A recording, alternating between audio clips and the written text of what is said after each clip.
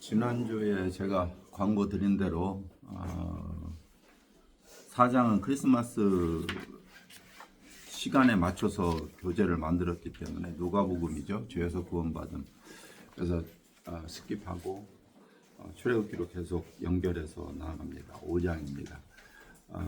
저희들이 이 교재를 늦게 시작했어요. 원래는 12월에 시작을 해야 되는데 스케줄에 따라서 하지 않고 늦게 저희는 학기제로 했었기 때문에 앞으로 가능하면 맞추려고 맞춰지게 하면 1년에 3번 3학기제로 돼 있어요.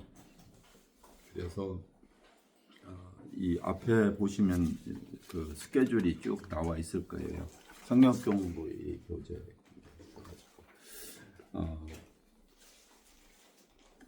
32년까지 그러면 지금부터 몇 년? 한 7년? 그렇죠? 한 7년 동안 공부를 하시면 성경 전체를 거의 끝나게 돼요. 이번에 출애굽기 레위기 하지만 다음에는 마태복음을 하게 되겠네요. 아니 지금 겨울학기니까 봄학기 베드로 전후서와 유다서, 여름에는 시편, 갈라디아서, 야고보서 이런 식으로 쭉 이렇게 내려갈 수 있겠는 것 같아요. 어쨌든 그래서 성경 전체를 쭉 읽으면서 깊게 연구할 수 있다는 건 좋은 것 같아요. 제가 그때까지 주님이 허락해 주시면, 아니면 주님이 안 오시면 우리가 계속 할 수 있겠죠.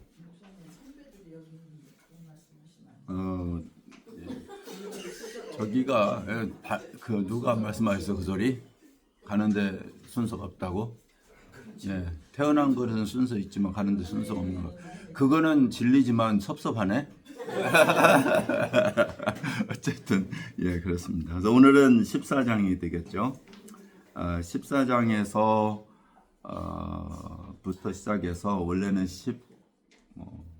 몇 장이에요? 오늘은 그래도 14장 전체인 것 같아요.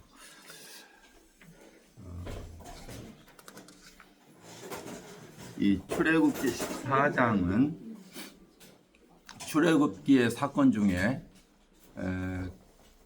홍해를 건넌 사건입니다. 그렇죠?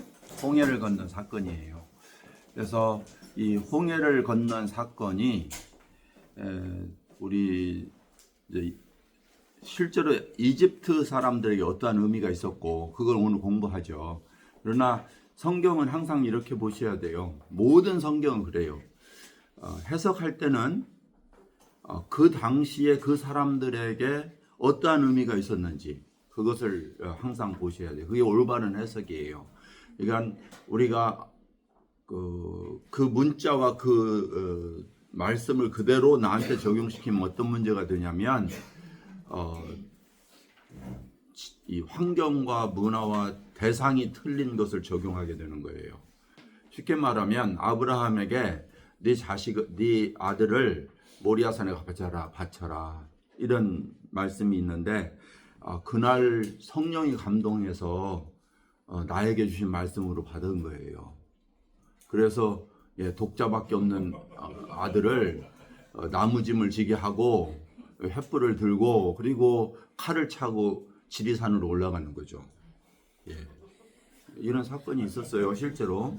그러니까 우리는 이 어떤 그 내용이 나오면 그날 그것을 나에게 주신 말씀을 받는 거 굉장히 아름다운 적용이라고 생각을 할 수는 있겠지만 직접 적용이 아니다는 사실을 우리는 인식하고 있어야 돼요. 그래서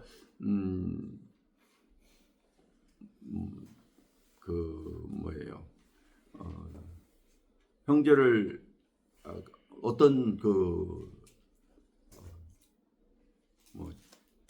가령 진멸해라 이런 말 있잖아요. 하나도 남김없이 진멸해라. 근데 말씀을 다 봤는데 그 말이 나오니까 누구를 진멸해야 되나 하고 이제 고민하고 있는데 이건 아니겠지. 그리고 이렇게 다시 성경을 보는데 가룟 유다한테 네가 하고자 하는 일을 속히 하라. 이런 게 있는 거예요. 그러니까 2번까지 말씀하셨다는 거지.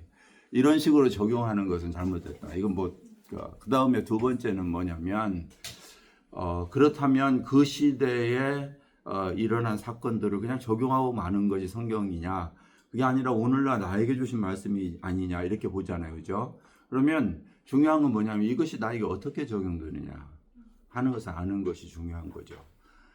그것을 알기 위해서 중요한 프린시플은 뭐냐면요, 특별히 구약에 있는 사건들이 신약에서는 어떻게 해석하고 있느냐를 보셔야 돼요. 대부분의 경우는 구약에 있는 사건들을 예수님이나 혹은 사도들에 의해서 설명을 해줘요. 설명을 해주는데 그 사건들을 설명할 때 그것을 우리가 적용시키는 것이 오늘날 신자에게는 맞아요. 자, 그래서 오늘 홍해에 대한 사건이 참 굉장히 잘 알려진 사건이에요. 그래서 어떤 바닷가에 가서 물 좀 갈라주십시오 이렇게 기도하는 사람들은 있다면 어리석은 거죠, 그죠? 왜냐하면 우리는 출애굽이 아니잖아요. 제가 제 아내와 함께 목회를 하다가 굉장히 힘든 시간이 있어서 목회를 접고 이제 여행을 떠났어요. 스트레스를 좀 하고 이렇게 저도 담임 목회를 좀 몇 번 했거든요. 그런데 차를 몰고 그냥 무한정 가다가 버지니아에 갔을 때예요. 그래서 그 델라웨어를 넘어가는 다리 그쪽을 통해서 올라가려고 내비를 켜고 가는데 딱 그 신호등에 섰는데 앞에가 길이 없어요. 신호등이 딱 마킹이 삼거리인 거예요. 그럼 삼거리면 right or left 그렇잖아요. 그런데 이 내비게이션을 직진하라는 거예요. 보니까 바다인 거죠. 예, 이렇게 이런 현상들이 나오거든요. 그러니까 우리는 예? 글쎄, 그러니까 제가 그때 기도하게 되는 거죠. 하나님 돌풍을 보내셔서 오늘 사건은 그런 거죠. 홍해는 오늘날 나에게 실질적으로 나타나는 현상이 아니라 이것이 어떤 상징성을 가지고 있고 그 당시에는 있었지만 그리고 하나님 능력이 오늘도 홍해를 가를 수 있다 없다? 있어요. 있으세요. 왜냐하면 하나님은 천지를 창조하신 분이시니까. 그런데 나에게 있는 수많은 홍해들이 사실은 상징적으로 있다는 거죠. 그것을 가르시는 하나님이세요. 그러니까 그러한 부분을 우리는 이해하고 이러한 말씀을 인식해야 된다. 오늘 말씀은 그런 부분이죠.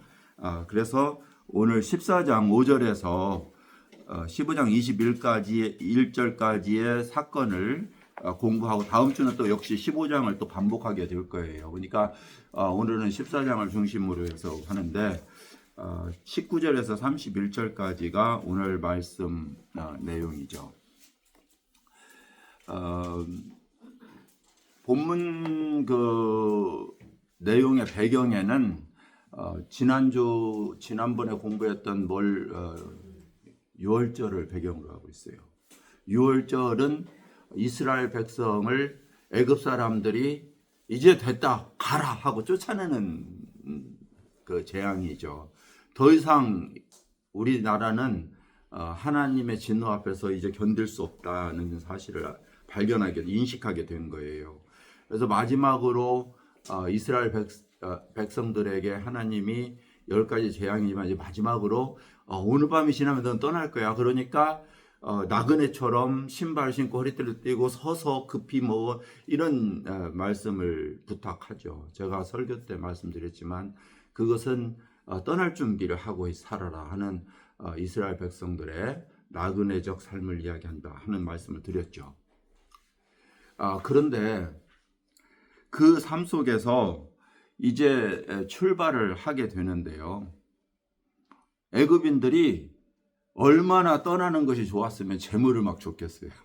막 재물을 주면서 가라고 하는 거예요. 과거에는 어때요? 종살이 해야 우리가 살 수 있는데 너희들 없으면 안 돼 이러던 사람들이 재물까지 줘가면서 그냥 보낸 것을 볼 수 있어요. 근데 이제 그 재물이 어디에 쓰이느냐? 어디에 쓰였었어요? 금송아지 만드는 데 썼어요. 예, 제일 먼저 금송아지 만드는 데 폐물로 쓰이긴 했죠. 그 다음에 쓰인 거는 성막을 지을 때 그 재물이 사용됐어요. 하나님께서는 그 자기의 그 계획 안에서 필요한 것들을 미리 준비시켜 주신다 하는 의미를 가지고 있다고 볼 수 있죠. 그래서 떠난 후에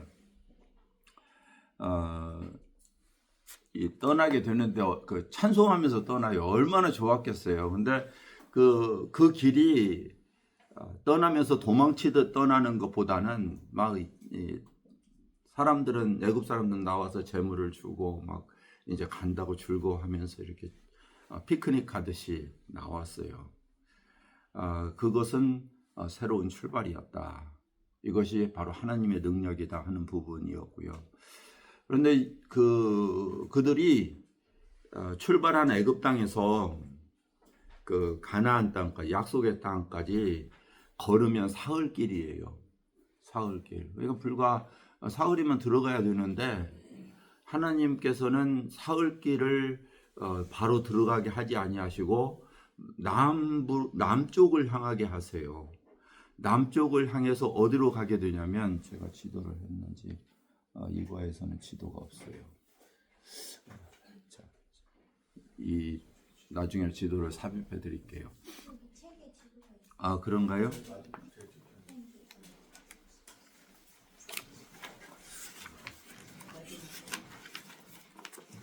마지막 제일 끝쪽이죠. 람세스라고 하는 곳에서 제일 마지막 장이 되겠네요.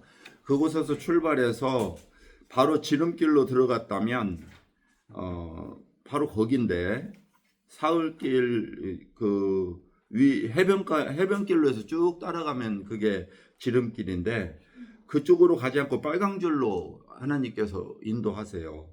그래서 어디로 가게 되냐면, 처음 호수처럼 생긴 그런 곳이죠. 그곳이 밑으로 내려가게 되고요. 그 다음에 거프 오브 스웨즈라고 하는 그 스웨즈 운하가 지금 있는데, 그쪽으로 당도를 한 게 홍해다라고 이렇게, 사실은 몰라요. 그 땅이 홍해였는지 모르지만 그렇게 추측을 하는 거거든요. 왜냐하면 바다를 건널 수 있는 그 환경이 어디냐 하는 것을 보기 때문에 그래요. 그래서 거기에 도착한 사건이 오늘 사건인데요. 참 신나게 홍해까지 갔어요.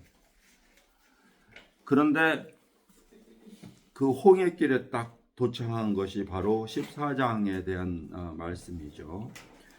떠나고 난 후에 이제 바로가 마음이 바뀌어요. 내가 무슨 짓을 했지? 그 수많은 사람들을 왜 보냈지? 아니, 그리고 내 아들을 죽인 원수들이네? 여러 가지 생각이 들었겠죠. 그래서 바로가 이제 7절에 보면, 14장 7절에 보면 병거 600대와 애굽의 모든 병거를 동원한 지휘관들이 거느리고 떠났다. 그러니까 그 병거라고 하는 것은 말이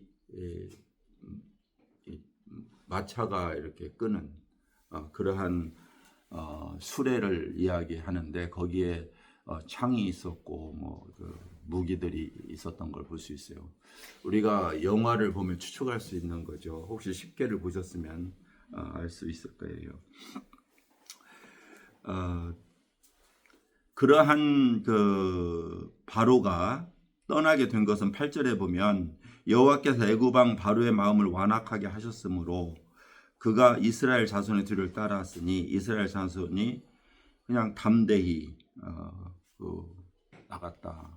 여유로운 마음으로 즐겁게 나간 것을 바로는 이제 뒤쫓아갔다, 이런 말이에요. 지난주에도 말씀드렸어요.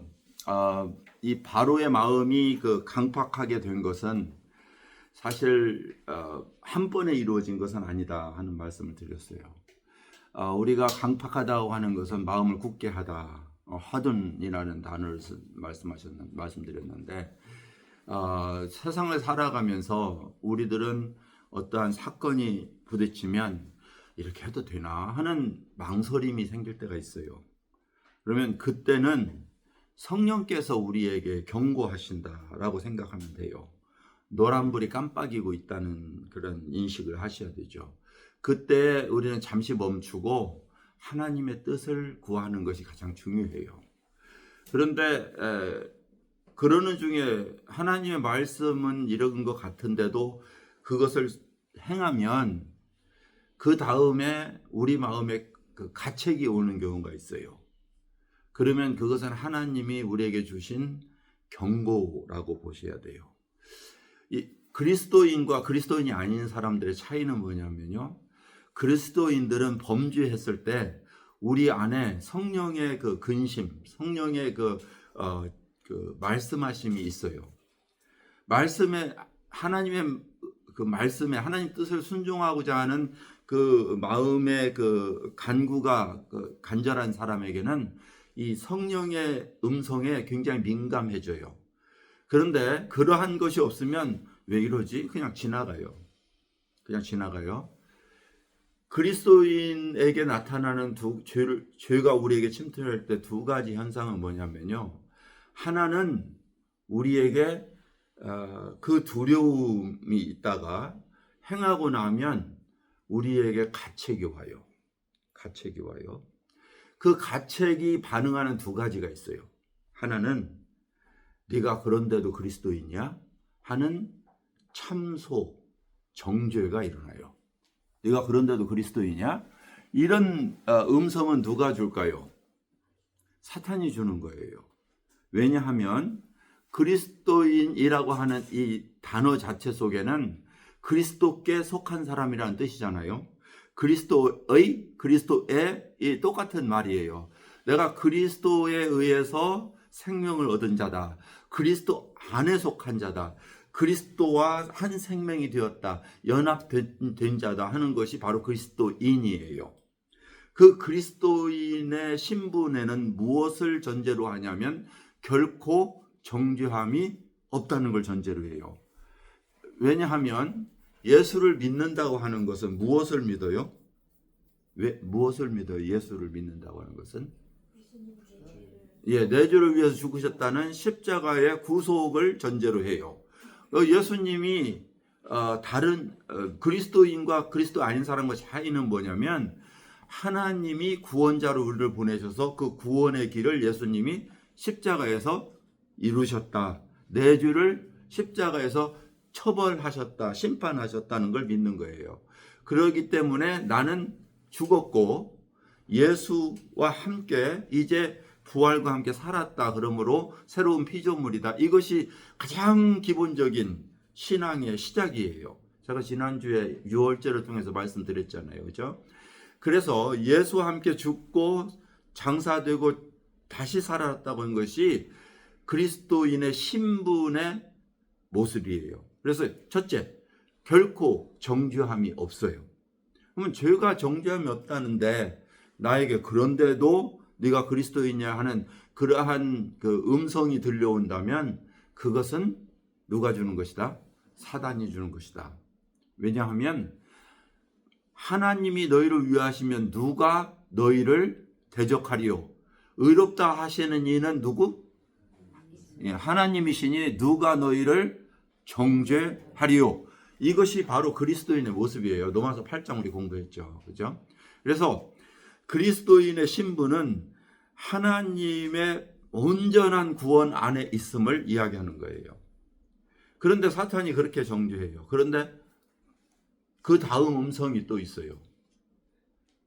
너는 하나님에게 돌아서라 하는 음성이에요.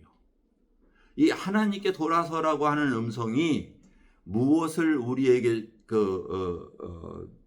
인도하게 되냐면 하나님 앞에 자복하게 돼요. 하나님 잘못했습니다. 내가 죄를 지었네요. 하고 자백하고 돌아서는 결과를 가져와요. 이것을 하지 않으면 제가 이걸 말씀드리려고 그래요. 양심이 담대해지기 시작해요. 왜냐하면 죄악에 대해서 담대해졌기 때문에 그래요. 그래서 그리스도인일지라도 그것을 반복해 나가면 어떤 현상이 나타나면 전에도 했는데 괜찮더라. 예. 이런 생각이 들어오고요. 그것을 합리화시키기 시작해요. 이래도 뭐 내가 다른 사람보다는 좀 나은데 그렇다고 뭐 내가 큰 해를 누구한테 끼친 건 아니잖아. 내 양심만 속였을 뿐이지. 이러한 합리화를 시키기 시작하면 양심이 점점 굳어지기 시작해요. 양심이 굳어지면 어떤 현상이 나타난다? 예, 이제는 죄를 죄로 인정하지 않아요. 그래서 하나님이 사랑하는 자는 그 다음에 하시는 것이 징계예요. 징계. 징계를 때리면요, 두 가지 반응이 또 나타나요. 하나는 우연이라고 생각하고 그냥 무시해요. 다른 하나는 맞다, 이게 하나님으로부터 그리고 무릎을 꿇게 돼요. 이것이 그리스도인의 삶의 진행이에요. 언제까지 그렇게 돼요? 주님의 나라에 오를 때까지.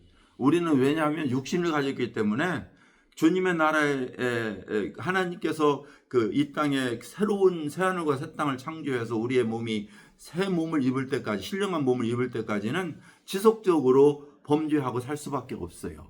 비록 하나님께서 우리를 의롭다 하는 새로운 피조물로 삼으셨을지라도 그걸 인식하고 살아야 돼요. 나는 연약한 존재이고 죄를 지을 수밖에 없는 존재이고, 그러기 때문에 예수님이 필요한 거예요. 성령이 필요한 거예요. 왜 하나님, 우리는 이렇게 생각할 수 있어요. 하나님, 왜 구원받았을 때 완전한 몸을 만들지? 왜 범죄하지 않는 존재를 만들지? 왜 우리를 이렇게 계속적으로 이 상태로 놔둡니까? 이것이 은혜라니까요. 이래야 하나님을 의지할 수밖에 없어요. 우리가 연약해야 어때요? 하나님을 신뢰하고 하나님께 나아가는 거예요. 그러니까 그리스도인은요, 믿음으로 사는 존재들이다. 연약함이 없다면 절대 안 믿어요. 그게 인간이에요. 그렇죠? 그래서 저와 여러분 연약한 것이 하나님의 은혜다. 은혜다. 그래서 그렇게 생각하시고, 오늘도 하나님의 강함이 우리 속에서 나타나십시오. 말 잘하잖아요. 나의 연약함이 하나님의 강함이 드러나게 되고 뭐 그런 말은 잘하면서 왜 삶 속에서는 인정을 안 하는 거예요. 자, 그런데 이 믿지 않는 자들은요, 이 강팍하게 하면 하나님이 그를 포기하세요. 그래서 어떤 사람들은요, 절대 하나님 못 믿어요. 그것이 문제예요. 유다는요, 예수를 팔자였어요. 그런데 그가 지속적으로 예수님의 음성을 들었어요. 이 중에 나를 팔자가 있다고. 돌이킬 수 있었죠. 그리고 마지막 순간까지도 6월절에 떡을 같이 먹으면서까지도 그랬어요. 예수님이 발까지 씻어주셨다니까요. 발까지 씻어주시면서 다 목욕한 자들은 다 깨끗한데 다는 아니니라. 이 중에 목욕하지 않은 자가 있다. 이렇게 말씀하셨어요. 이 이야기는 다시 안 해도 되죠. 목욕했다는 것은 온전한 구원을 이야기하고 발은 이 세상에 살면서 더러워지는 걸 씻어준다. 제가 지난번에 말씀드렸던 부분이에요. 자, 유다는 아니었어요. 그리고 예수를 판 뒤에 어땠어요? 양심의 가책이 있었잖아요. 그럼에도 불구하고 그것을 무시했어요. 하나님께 통회하고 나오지 않았단 말이죠. 그리고 어땠어요? 스스로 목매라서 죽잖아요. 회개는요, 하나님께 돌아오는 거예요. 후회하는 게 아니에요. 하나님께 돌아오는 거예요. 철저하게 돌아섰다면 하나님은 가룟 유다일지라도 구원하셨을 거예요. 그런데 아니었어요. 자, 이런 부분이 바로 죄악된 부분을 이야기하는 거죠. 그 다음에 이제 홍해에 갔을 때 그 강팍해진 그 마음, 바로의 강팍해진 마음과 하나님이 그들을 멸하시겠다고 계획하시는 부분이 이곳에 기록되어 있는 거죠. 왜 하나님은 그들을 강팍하게 했느냐라고 하면 14장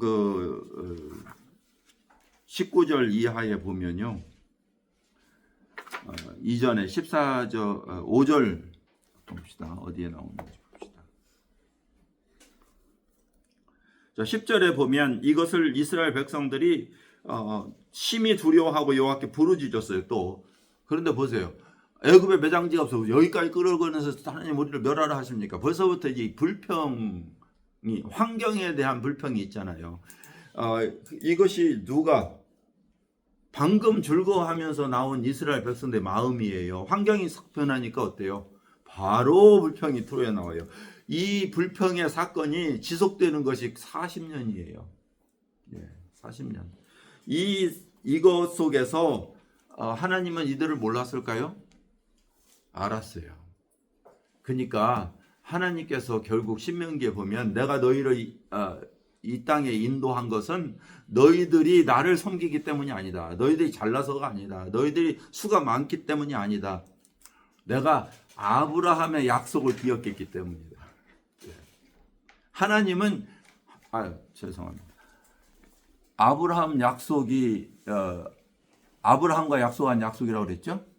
예? 그런데 누가 약속한 거라고 그랬어요? 하나님이 자기 스스로 약속한 거예요. 이건 아브라함 때문이 아니라니까요. 자기가 자기의 한 맹세 때문에 내가 지킨다 이 말이에요. 그러니까 인간의 구원은 하나님 스스로의 약속을 지키는 것이에요. 인간한테 내가 너한테 이렇게 할 거야. 그래서 그래요. 그러면 그렇게 해주세요. 이런 관계가 아니란 말이에요. 하나님의 일방적 자기 스스로의 맹세함 때문에 그 일을 이루시는 거예요. 그것을 뭐라고 이야기하냐면 내가 조상에게 이야기한 것 때문에 그래. 내가 스스로 맹세했어. 그것을 기억하시고 이스라엘 백성들을 인도하시는데요. 아브라함은 그 하나님을 어떻게 인도할지 몰랐죠. 그런데 그 자손들은 경험하고 있는 거예요. 여전히 불평하고 여전히 하나님을 향해서 대적하고 그랬어요. 이 모습 사실은 누구의 모습이라고 생각되세요? 예? 우리의 모습이죠. 비록 우리는 구원받았다고 하면서 하나님께 감사하다고 하면서 예배 주일날 나와서 예배 드리면서 환경만 조금 변하면 어때요? 곧바로 불평이 나오잖아요.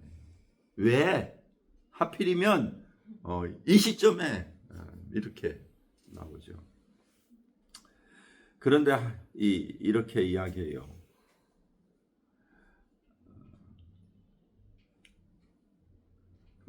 불평하는 모습을 한번 보자고요. 11절부터. 그들이 또 모세에게 이르되 애굽에 매장지가 없어서 당신이 우리를 이끌어 이 광야에서 죽게 하느냐? 어찌하여 당신이 우리를 애굽에서 이끌어내어 우리에게 이같이 하느냐? 우리가 애굽에서 당신에게 이른 말이 이것이 아니냐? 이르기를 우리를 내버려 두라. 우리가 애굽 사람을 섬길 것이라 하지 않더냐? 애굽 사람을 섬기는 것이 광야에서 죽는 것보다 낫노라. 이런 이 불평하죠. 굉장히 멋있게 이야기해요. 말도 참 잘해요. 그죠? 자, 그런데 13절에 모세가 백성에게 이르되 너희는 두려워하지 말고 가만히 서서 여호와께서 오늘 너희를 위하여 행하시는 구원을 보라. 너희가 오늘 본 애굽 사람 영원히 다시 보지 아니하리라. 14절 보세요. 14절. 함께 읽어볼까요? 시작. 여호와께서 너희를 위하여 싸우시리니 너희는 가만히 있을지어다. 이것이 바로 애굽 사람을 보낸 목적이에요. 마지막 내가 너희들에게 보여주겠다 이거죠. 그래서 사단의 마지막 순간은 어디냐면 홍해였어요. 홍해. 자, 그 홍해의 그 의미를 오늘 바라보게 될 거예요. 자, 구원이 자신의 능력에 있지 않음을 인식하게 되죠. 우리가 어떤 환경을 만나도 모든 환경의 구원은 이 속에서 해결되는 것은 두려움이 아니라는 사실이에요. 우리는 두려울 수밖에 없지만 하나님께서는 이 구원은 내게 속한 것이다. 전쟁은 나에게 속한 것이다. 이렇게 계속 말씀하세요. 전쟁의 이김은 마병에 있지 아니하는 거예요. 시편에 보면 이런 말씀이 있어요. 전쟁을 위하여 창병을 마병을 예비하고 창칼을 준비하지만 그러나 승리케 하시는 이는 누구? 여호와시니라. 이렇게 말씀하고 있는 거죠. 그것이 우리의 고백이어야 되는 거예요. 앞에는 바다였어요. 뒤에는 바로의 군대 있었어요. 그런 환경 속에서 이스라엘은 실제로 두려울 수밖에 없었어요. 우리의 삶도 마찬가지예요. 이러한 사면초가 있으면 두려울 수밖에 없어요. 그런데 우리의 시선은 앞과 뒤 좌우만 있는 게 아니에요. 어디가 또 있어요? 위에요. 그래서 우리는 위를 바라보고 사는 자다. 예. 그래서 뭐 이렇게 점점 이렇게 이야기가 다른 데로 갈 수 있지만 노아 방주의 창은 딱 한 개 있어요. 어디에 있는지 아세요? 위에 뚫려 있어요. 하나도 옆에는 하나도 없어요. 그래서 구원받은 성도들이 방주 안에 들어가서 바라볼 곳은 오직 한 곳이에요. 어디를? 위를 보고 사는 자다. 이렇게 돼 있어요. 자, 그래서 이제 출발하게 되는데 19절부터 보면 여호와의 사자가 진 앞에서 구름 기둥과 불 기둥으로 인도하고 가다가 갑자기 뒤로 싹 가세요. 뒤로 가시더니 어떻게 하냐면 병거들이 못 오도록 막아주는 거예요. 병거들이 못 오도록. 그러니까 우리는 보이지 않지만 이스라엘 백성은 참 축복받은 자들이에요. 실제로 막 눈앞에 보이는 일이 있었잖아요. 그럼에도 불구하고 불만이 많았어요. 자, 그런데 막아주시고 그 다음에 이스라엘 백성들이 바다를 건너갈 수 있도록 모세에게 이렇게 이야기해요. 바다 위에 손을 내밀어 여호와께서 큰 돌풍을 밤새도록 불게 할 것이고 그 다음에 손을 내미니까 어때요? 정말 바람이 불더니 물을 가르셨어요. 쫙 갈랐어요. 엄청난 수족관이 생긴 거죠. 양쪽으로 물벽이 섰는데 물고기들이 헤엄치고 다닐 거 아니겠어요. 그 길을 건너갔다니까요. 그 길을 건넜어요. 그리고 그 벽이 이루어진 것이었어요. 여기에서 이제 우리는 바라볼 수 있는 것은 그들의 삶 속에 보호하시는 하나님이 항상 함께 했었다는 사실이에요. 이것이 약속이에요. 자, 구원받은 성도들에게 선물로 주신 것이 성령이에요. 성령이란 무엇이냐면 하나님의 또 다른 위격이에요. 우리는 하나님 그러면 아버지 하나님, 예수님 이렇게 생각하지만 성령은 많이 무시하고 살아요. 그런데 이렇게 열심히 있는 교인들한테 성령 받아라 그러면 어때요? 막 새벽기도 하고 철야기도 하고 그래야 성령이 온다고 생각해요. 근데 성령의 임재는 예수 그리스도를 믿는 자에게 구원 확신할 때 하나님께서 선물로 주시는 거예요. 그 이유가 있어요. 혼돈하시는 분이 계실 수 있어서 말씀드려요. 하나님이 인간을 창조하실 때 무엇로 창조하셨다? 흙으로 창조하셨다. 그리고 그 코에 하나님의 영을 불어넣으셨다. 그게 성령이에요. 하나님의 영을 불어넣으셨다. 하나님 영 성령이잖아요. 그래서 인간은 무엇을 가지고 살아가는 존재? 성령을 담고 살아가는 존재. 우리의 영 안에 성령이 들어와 있어야 돼요. 그것이 하나님의 형상이에요. 그러니까 인간의 몸은요, 우리의 영이 하나님의 영의 다스림을 받으면 우리의 생각하는 이 이성이 의지와 감정과 이성이 뭐라고 그래 그거 인격을 뭐라고 그러죠? 지정의 이렇게 나이가 보면 깜빡깜빡 단어도 조차도 이 지정의가 우리의 마음의 컨트롤, 이 지시를 받아서 결정하는 것이 무엇으로 표현되냐면 이 몸으로 표현돼요. 몸으로. 그것이 인간이에요.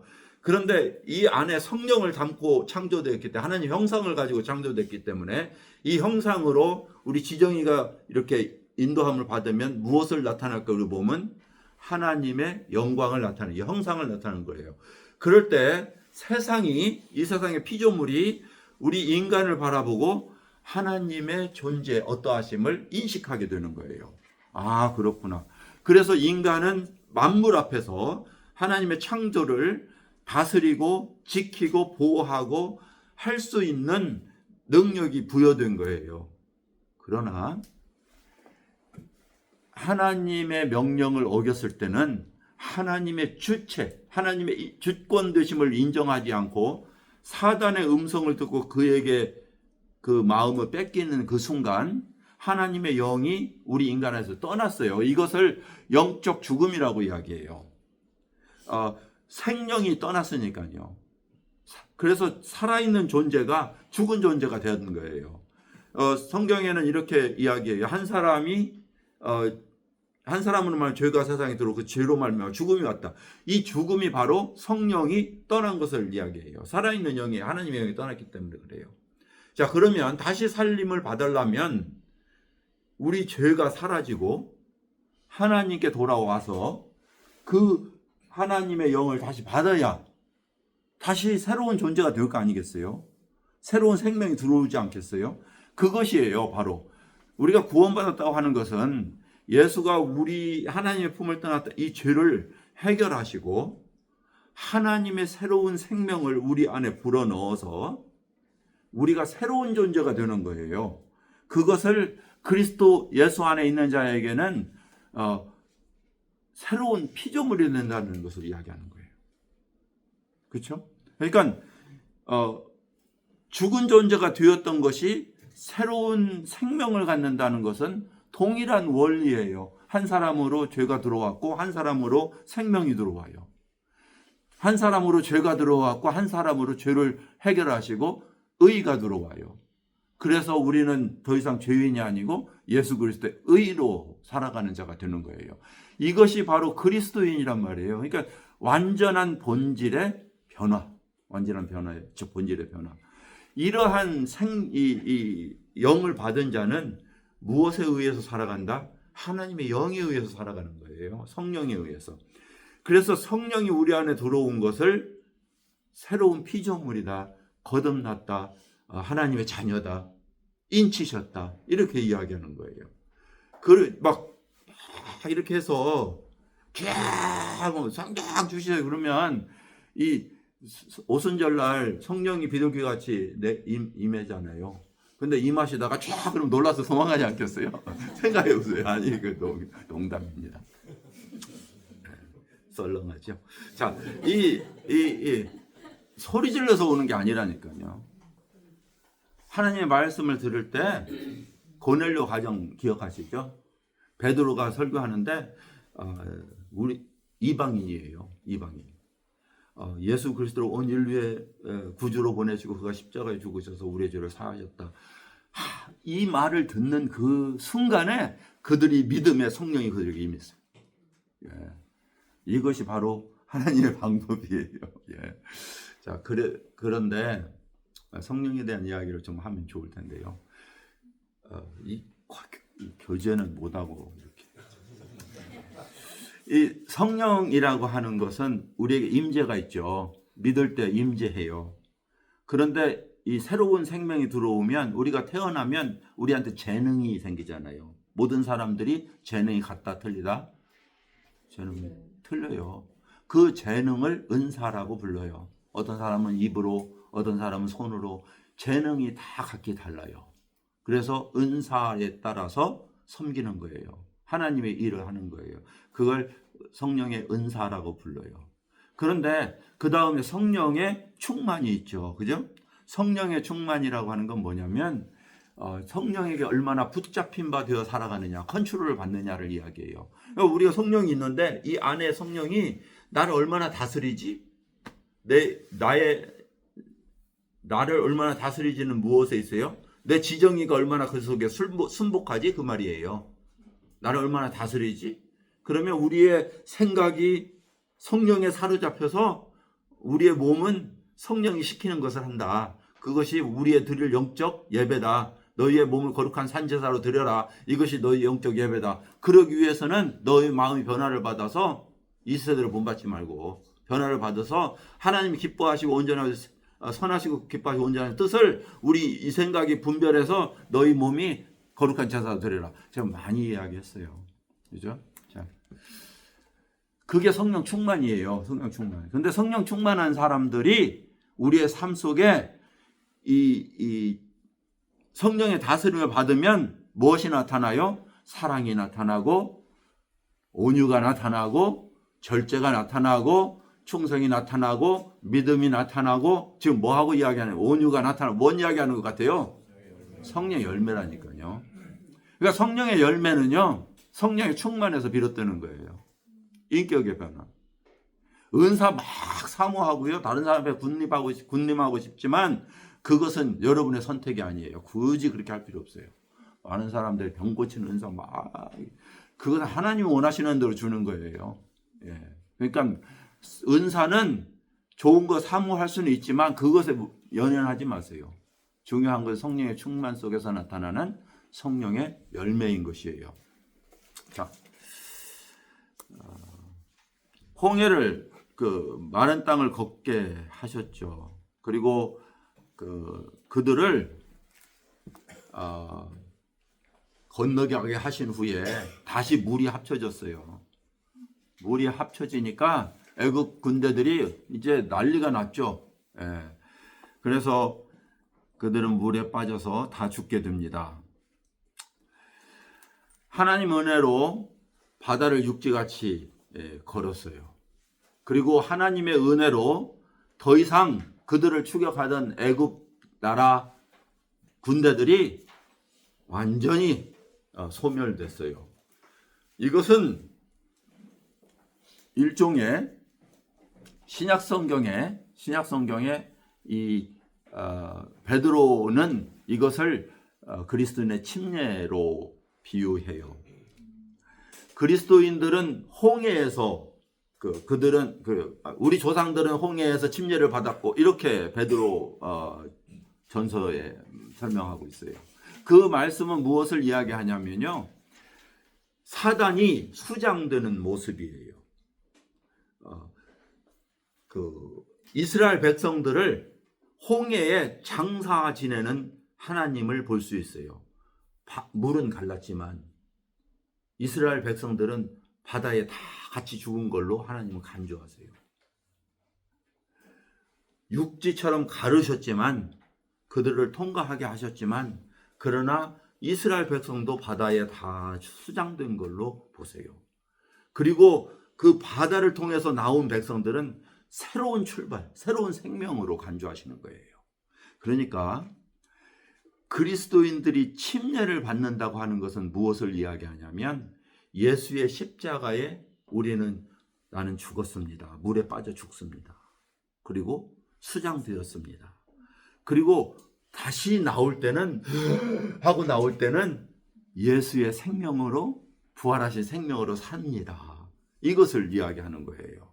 그래서 침례의 상징적 표현이 바로 이 홍해다 이렇게 표현하는 거예요. 그 홍해 속에서 더 이상 애굽 군대는 따라올 수가 없어요. 왜냐하면 이 사단의 무기는 뭐냐면요, 거짓말을 통해서 인간을 죽음 가운데 몰아넣는 거예요. 거짓말을 통해서. 그래서 아담을 통해서 너 안 죽을 거야. 안 죽을 거야. 그렇게 말해서 어떻게 했어요? 죽게 만들었어요. 그런데 이미 살아난 우리에게 너 죽을 거야 못 하잖아요. 이제는 더 이상 영원히 죽지 않는 존재가 되어버린 거예요. 영생을 얻었기 때문이에요. 그리스도 안에 있는 사람은. 놀라운 거 아니에요? 더 이상 사탄이 우리를 따라올 수가 없게 되어버린 거예요. 완전히 수장됐어요. 영생을 얻었기 때문에. 그러면 사단은 지금 우리들 이 세상에서 무슨 일을 하고 있을까요? 어떤 일을 하고 있을까요? 믿지 않는 자들에게 과거에 아담에게 뭐라고 그랬죠? 결코 죽지 아니하리라 이렇게 이야기했잖아요. 이제는 무슨 이야기 하겠어요? 결코 살지 못할 것이다. 예, 그러고 있어요. 결코 살지 못할 것이다. 그런데 예수님은 뭐라고 하세요? 나를 믿는 자는 다시 살아나리라. 아들의 음성을 듣는 자는 다시 살아나리라. 그러니까 우리가 아들의 음성을 듣고 어때요? 영생을 얻었잖아요. 그러니까 사단의 음성은 거기까지예요. 예. 이것을 이야기하고 있어요. 애굽 군대의 고백은 여호와가 그들을 위해서 싸우셨어요.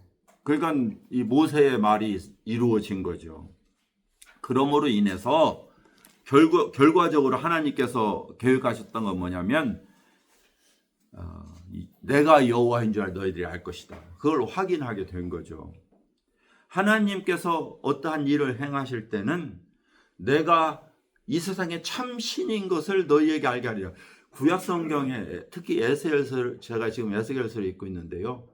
거기에 매 장마다 내가 누구를 심판하리니 내가 여호와인 줄 알게 하리라. 내가 모압 땅을 심판해 내가 여호와인 줄 알게 하리라. 내가 시돈을 심판하리니 내가 여호와인 줄 알게 하리라. 내가 바벨론을 심판하리니 내가 여호와인 줄 알게 하리라. 그리고 내가 이스라엘을 다시 구원하리니 내가 여호와인 줄 알게 하리라. 지속적으로 마지막 센텐스는 내가 여호와인 줄 알게 하리라. 예. 수십 번 반복하고 있어요. 물론 에스겔서만이 아닌데, 자, 우리의 삶 속에서 하나님이 기대하는 건 그거예요. 우리의 모든 문제와 모든 성공과 모든 구원 속에서 우리에게 듣고 싶은 건 뭐냐면 당신은 나의 여호와십니다. 당신은 나의 하나님이십니다. 그거 듣고 싶어 하세요. 이것이 하나님께서 구원을 베푸신 이유인 거예요. 자, 오늘 우리들의 삶 속에 예수 그리스도가 계시고 하나님이 함께 하신다면 우리는 매 순간마다 누구를 인식해야 된다? 하나님을 인식해야 된다. 그리고 나타날 때마다 당신은 나의 참 하나님이십니다. 나의 구주이십니다. 이것이 우리들의 고백이어야 돼요. 그래서 우리는 잠자리에 들기 전에 하나님은 오늘도 나의 하나님이셨습니다. 네. 이 고백을 이어져가는 그러한 일주일의 삶이 되기를 바랍니다. 예, 기도하겠습니다. 아버지 하나님, 참 축복된 말씀입니다. 우리는 날마다 이 말씀을 접할 때 하나님의 놀라우신 사랑과 은혜를 경험합니다. 오늘 하루를 통해서도 주님 나타나 주시고 여호와는 나의 참 하나님이심을 고백하는 저희들의 삶이 되도록 축복하여 주옵소서. 예수님의 이름으로 기도했습니다. 네, 마치겠습니다.